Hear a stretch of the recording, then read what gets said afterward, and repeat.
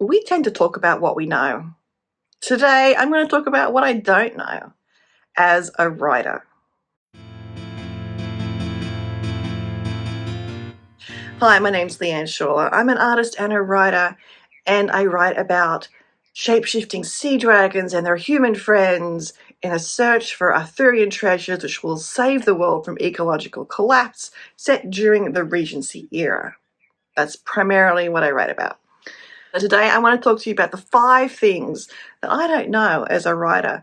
I got this idea from an amazing artist, Louise Fletcher. If you're at all interested in art and the process behind it, check out her series, her raw series of how she's trying to pull together a collection. It's just really fascinating to watch. But she spent about a month or 2 ago, maybe longer. I don't know how long this has been sitting in my ideas pile. Talking about the 5 things she did not know as an artist. And I'm like, this is really an excellent prompt to think about. So I have thought about it, and here are my 5 things that I don't know as a writer. 1, I don't know how to write. That is a terrible thing to confess. I know when something needs editing. I know when something needs, I know when a piece of writing needs something more. I know how to put sentences together, although sometimes in that first draft, I do tend to wonder if I actually know how to do that. I know the things to avoid, like passive tense or whatever, but when it comes out in that first draft, you wouldn't think I knew how to write because it's just horribly late. I'm going to call it lazy, but it's not lazy. It's just raw, basically. It's just the raw footage with all the ums and ahs included in it, and all that needs to be edited. And so what I needed to know is with something more. I did a piece on this recently called The Dreaded More, because that's when I go through and do my first pass of edits. I'm like, oh yeah, I need more here. We need to know who is talking here. We need to know where they are.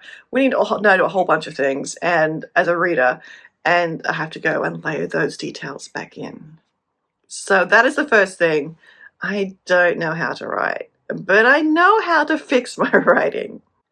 The second thing is I don't know how to access the flow. Like, I try and reproduce it as best I can.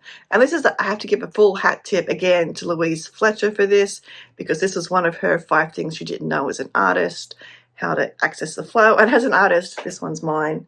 These are other people's, although actually this one right here is mine. What was I saying? So in my artist side of my creativity, I also don't know how to access the flow. As a writer, I pretty much trained myself to sit down and just start. It helps if I've left off at a good place. The blank page is indeed terrifying. And sometimes I will just write rubbish and that first page is not usable. But that's fine. So I do have a few rituals to help me. I have a music playlist for each of my novels. For the series, I had one for the entire series, and then I had one for the last book because it was a little bit darker. Warning, it's a little bit darker. So I handwrite the first draft. I find that I can the flow easier if I'm actually writing by hand as opposed to typing.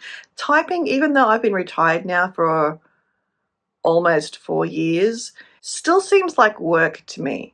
Now, if I have to get something done quick to a deadline, like I'm participating in a collaboration or it's just a little bit of flash fiction, yeah, sure, I will type it into my phone, I will type it in the computer and not do the handwriting part.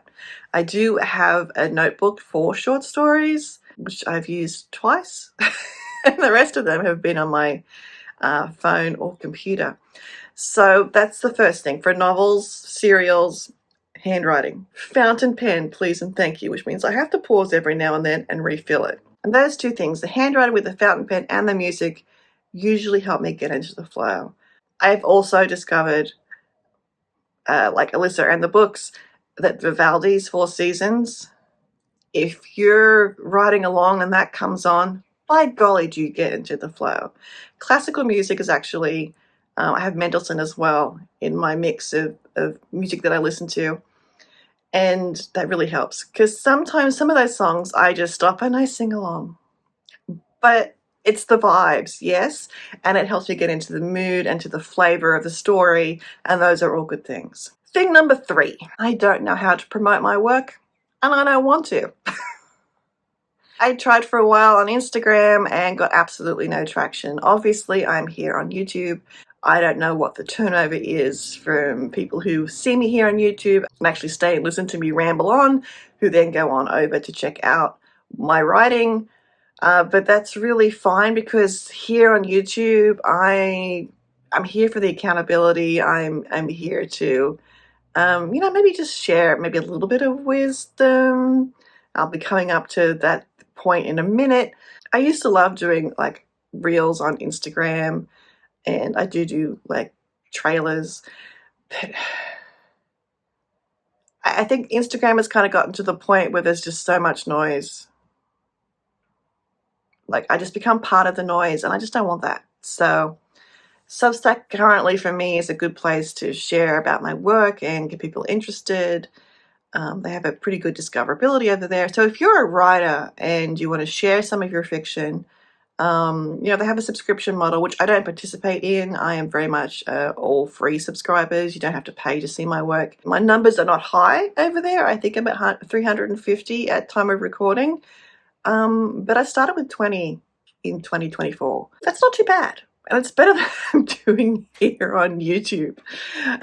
So it's really because I'm not gearing to sell my work. I'm not gearing to be trad published or indie published, unless you want to count publishing it as a serial on Substack as indie publishing, in which case, hey, I'm an indie publisher, but I'm an indie serial publisher.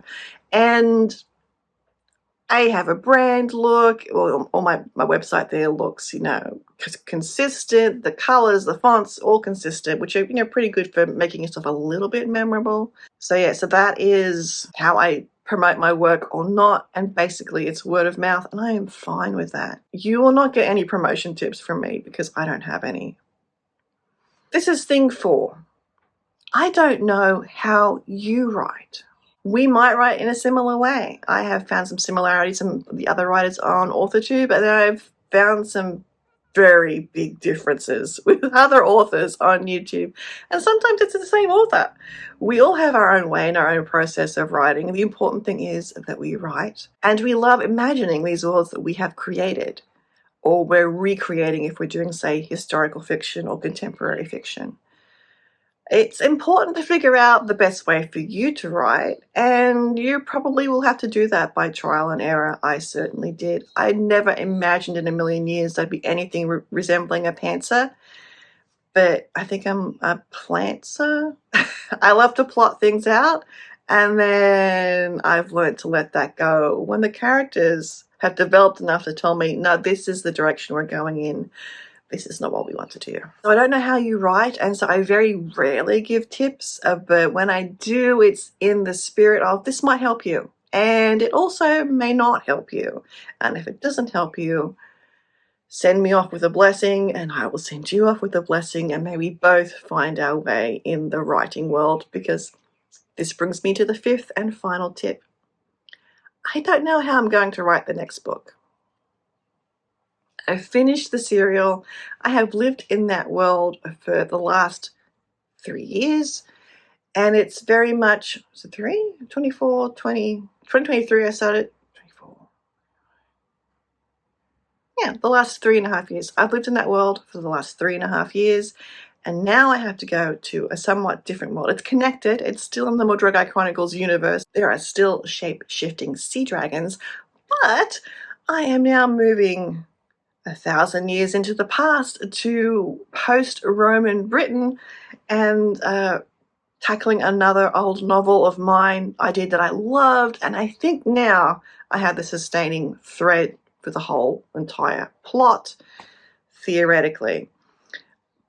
But I don't know if I'm going to write it in the same way as I have been writing the serial, which honestly was very chaotic for me.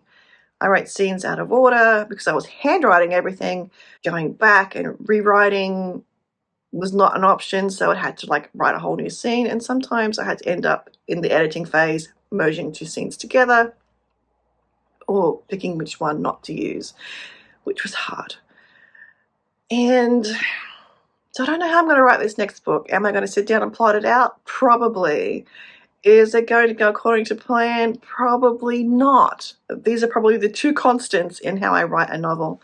So I'm going to bring you along on that journey. We're going to see how quickly I fall off the rails when it comes to the plot. I am hoping against hope that it goes fairly smoothly, because these are characters I have actually lived with my entire adult life. And I am now. So it's been 40 years of living with these characters. So I know them pretty well. They've changed as I've, grown up and become an adult, and lived a bit of life. So there's a little more grey in both of these characters. So it's going to be interesting to tackle that. The antagonist is Mordred, the illegitimate son of King Arthur, and I'm calling him an antagonist and not a villain because I actually want to make him a sympathetic character. Like, this is just two sets of people with opposing goals. It's not like one is bad and one is good. It's just they're opposite. And that's going to be strange to do as well. I'm very used to having a bad guy, although I'm also very used to redeeming my bad guy.